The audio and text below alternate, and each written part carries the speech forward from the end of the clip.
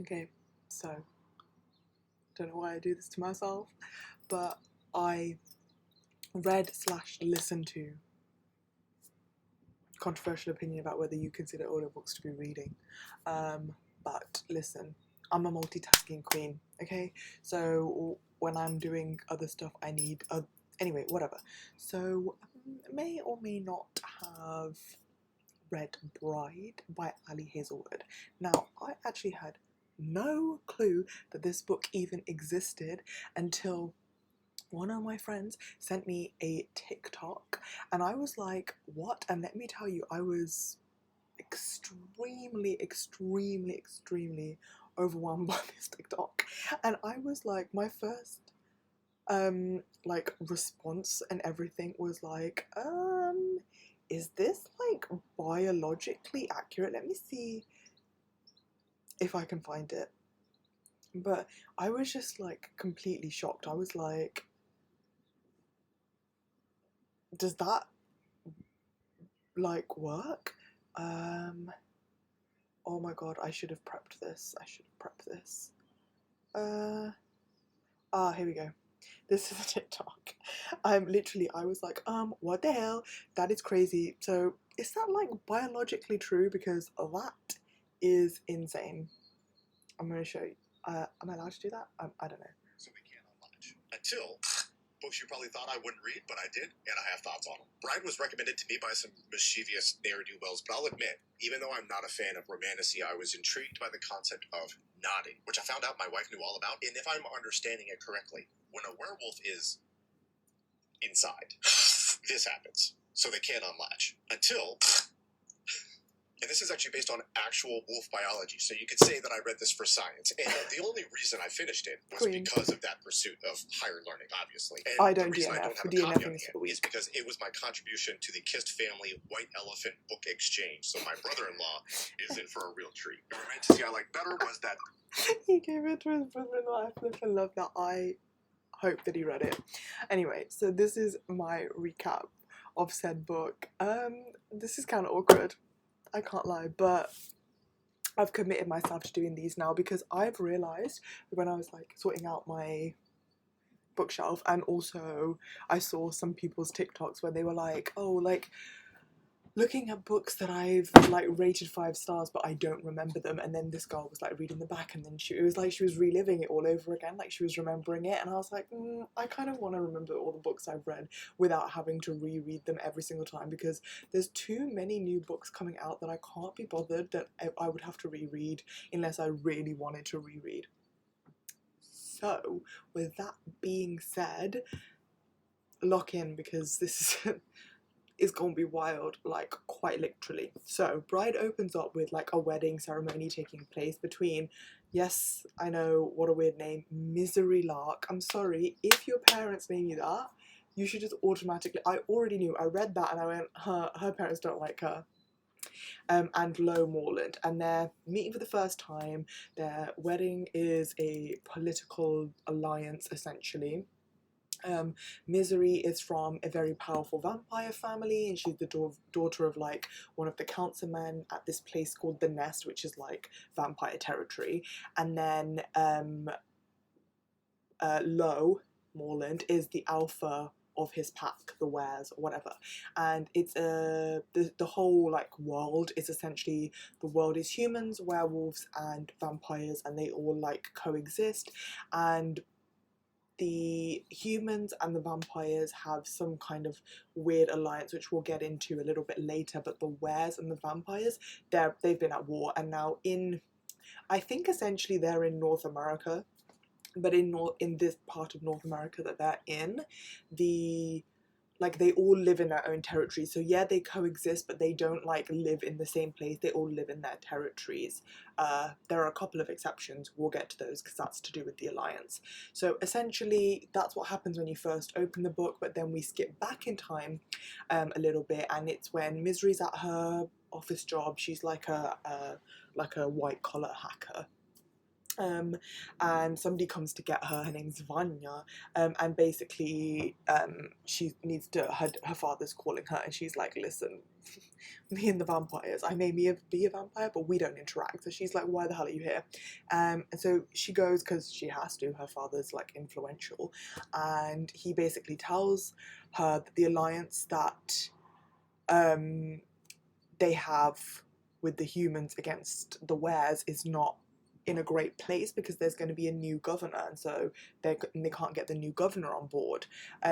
But there's also been a change in werewolf leadership, and now the wares are trying to make an alliance with the humans, so it's like a whole switch. And so he's like, whatever. And so he's basically saying that we're now attempting to make an alliance with the werewolves by having like a political marriage. And she's like, why the hell are you telling me this? And then he's like, oh, because somebody was going to do it, but she kind of like changed her mind. And so then she was like, are you flipping joking me? You want me to marry the alpha were and spend like a year with them? And she's like, no. But then she agrees to do it when she finds out who she's going to be marrying. Now, in terms of the vampire-human alliance, so basically it was previously secured by a collateral where each side, human and vampire, send over an important member of their species to the other side. So Misery was the vampire collateral. So when she turned, I think it's when you turn 8 and then you spend like 10 years. So she was sent to the human territory to live amongst the humans as the collaterals, away from all the vampires. Until she turned 18, and the same happened with the human being sent over to the vampires. But now essentially they're trying this collateral scheme with the werewolves and the vampires, but it's not really a collateral because they're getting married, so that's a whole thing. And so she's going to be the collateral for the vampire collateral going into werewolf territory. And then there's going to be a woman called Gabby who's going to be, oh, by the way, she has a brother. Misery has a brother, Owen, who is like more vampire than she is because she's essentially lived away from all of them her entire life. And even after she turned 18 and was allowed to return back, she felt like she never belonged anywhere, and so she didn't return fully back to vampire territory. Instead, she decided to stick it out and live as a human in human territory and like shave down her fangs and like wear contacts so people can't see her like purple eyes and stuff like that. I think her eyes are purple.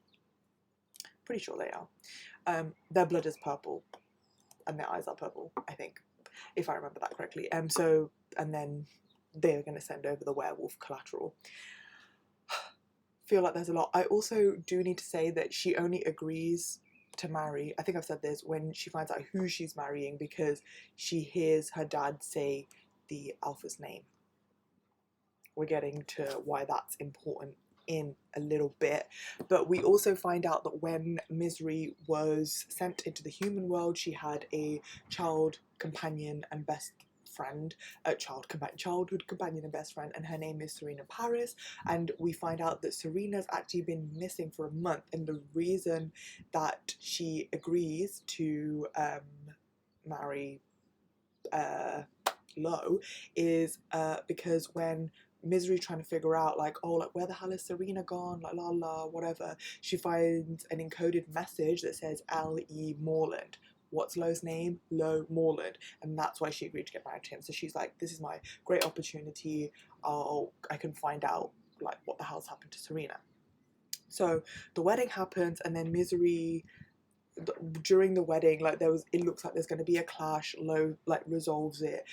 She also overhears stuff about like him potentially having a mate, and then she like figures like they're all having a discussion, and they don't know at the time that, or she thinks that they don't know that she's listening, but they're talking about the mate, and that Gabby is Lo's mate and whatever, because werewolves, so there has to be a mate, right?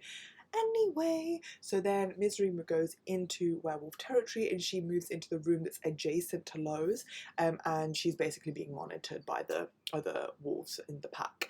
And then she gets to know Anna, who is Lo's 7-year-old younger sister, And at first it seems like she hates like kids and stuff like that, but she grows a little bit attached to Anna.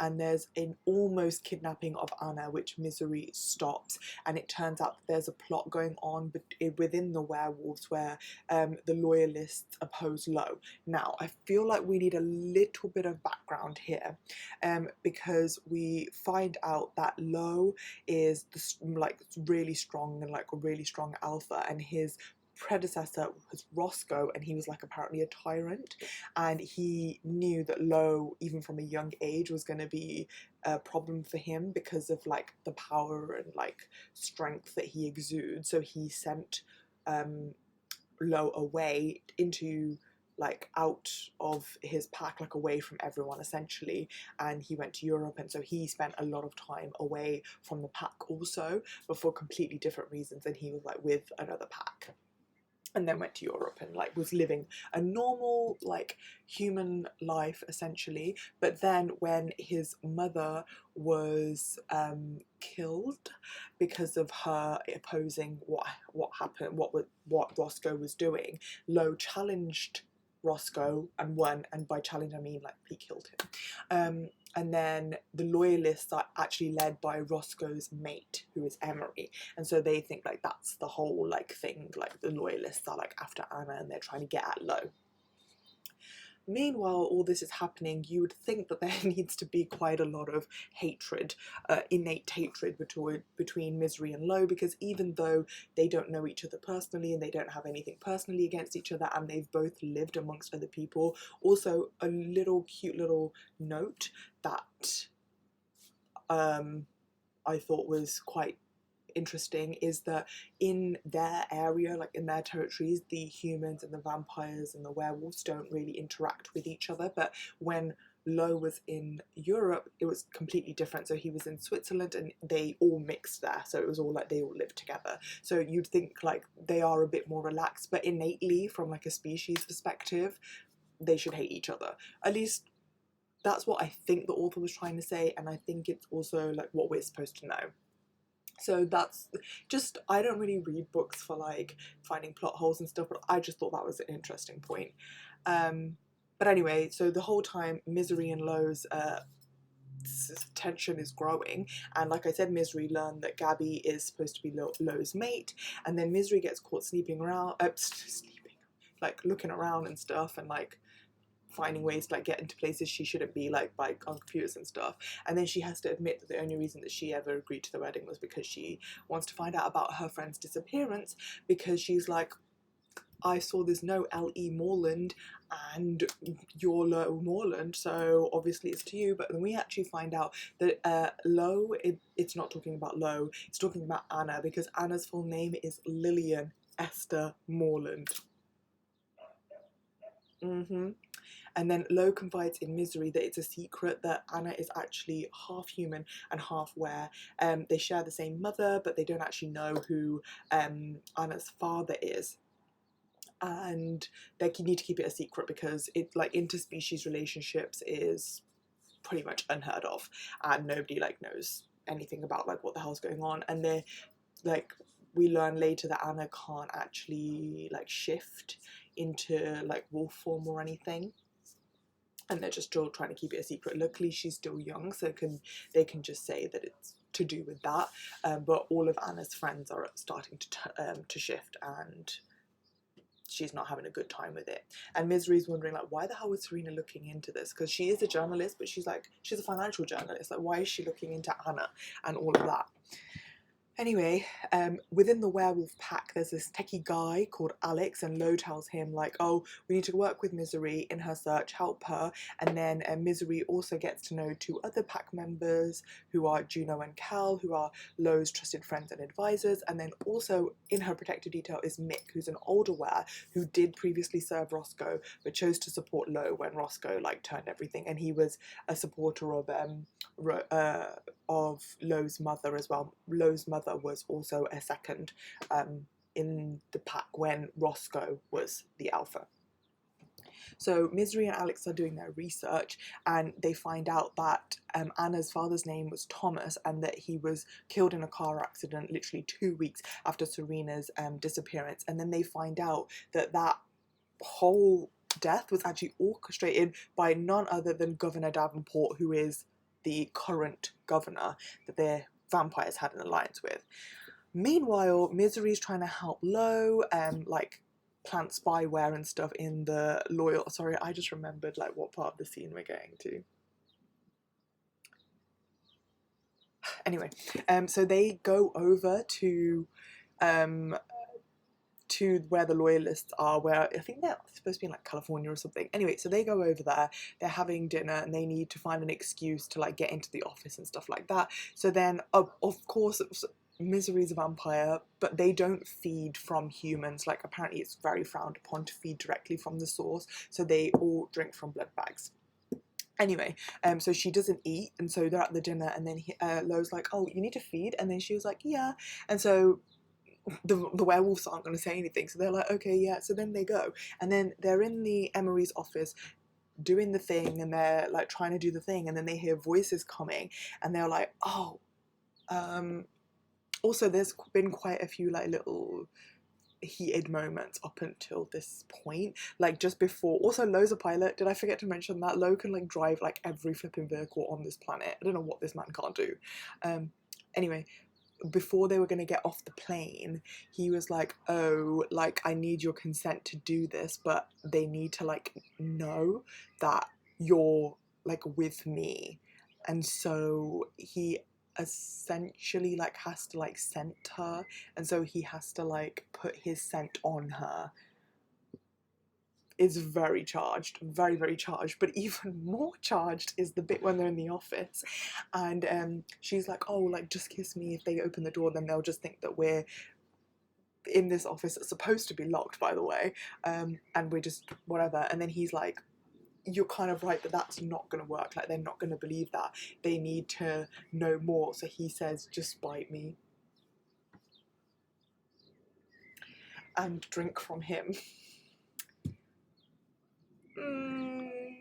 Also, like I said, Misery's like really like she's very not vampire, because like other than like the physiological things that make her vampire, she doesn't really like know much about like vampire customs and like all the things, and like she's like, oh, like we don't like feed from people, but like there must be a reason why, like I don't really know, like me and the vamps don't get along, like, you know what I mean, like it's not really us. Anyway, so she's drinking from him, and somebody walks in, and they're like, all the vampires are like, sorry, all the werewolves are like, what the flip is happening? And so then they go, but then they come back, and now Emery comes back, and Cal comes in, and they're like, even though like Cal is supposed to be Emery, not Emery, is supposed to be Lo's friend, even he's a bit like, okay. And so, but then it's good enough cover, because they're so shocked that they're able to get all the security, like whatever hacking they wanted to do to review whatever. I don't know much about hacking, but they do that. Anyway, and they survive the mission and whatever. Meanwhile, Misery's twin, did I say they were twins? Misery's twin brother Owen asks to meet her, and so Misery, Owen, Lo, Gabby, they all meet up, and Owen basically tells her that, oh, I'm gonna challenge my father and like do like a bid for his like role, and Misery's like, no, you're not. And then he's like, I'm going to, because I'm going to end the whole collateral system and stuff. And then that's when she realizes that like Owen did care about her, but he just couldn't do anything about it, because this whole time she's like, nobody, like I don't get along with any of the vampires, like Serena is my sister, because like, anyway. And then she also sees like Lo and Gabby interact, and Misery is like, oh, like this isn't how like mates that she envisions like mates are supposed to react. And so then she's like, oh, like Gabby's not your mate. And then he admits that that's true, it wasn't, she's not his mate, and that he lied because they wanted somebody close to him, and the only person that could be was Anna, and he definitely wasn't going to send Anna over to vampire territory. So then it's like a whole thing. But then Lo and Misery have a little sexual encounter. Okay, don't listen to this audiobook around other people, okay? Because that's, I mean, actually, if you want to, do whatever you want. But afterwards, Lo tells Misery that he doesn't actually like have any feelings for her and that they should be apart. Love that for them. But then Misery is abducted straight after that. Also, how cold, like he really shouldn't have done that. Just saying. And then she wakes up and finds that she's actually in captivity alongside Serena, who's been locked up for the last 3 months. And they stage an escape, but they're stopped by none other than Misery's father, because he is the one that has kidnapped them. And then his father's like, yeah, I've been doing this all these years because I want to be allied with anyone, basically, and he believes that where human hybrids are a threat, and he doesn't want it to be encouraged, whatever. And we also find out at this point that Serena is actually also a hybrid, so she's also a werehuman. And she started looking into Anna because Anna's a hybrid, and then she found out everything, and then that's when she was abducted. Then Lo's brought in, and it turns out that her father is the one who's actually been using, so Councilman Lark is the one who's been using like Anna as leverage over Lo, because she's a hybrid, and so he was trying to get her, but obviously that didn't work, so it was never the loyalists. And so now he knows that Misery and Lo are quite attached to each other. He's like, oh, I'll use her instead and say, come on, give me Anna, because he'd have to, you know what I mean? Anyway, we also find out that Mick is a traitor, and he actually is the one who drugged Misery and abducted her, but it's because he's told that the vampires have his son and they're using him to control. Anyway, he thought his son was dead in the vampire and werewolf clashes that had been going on, but the son was actually just kidnapped.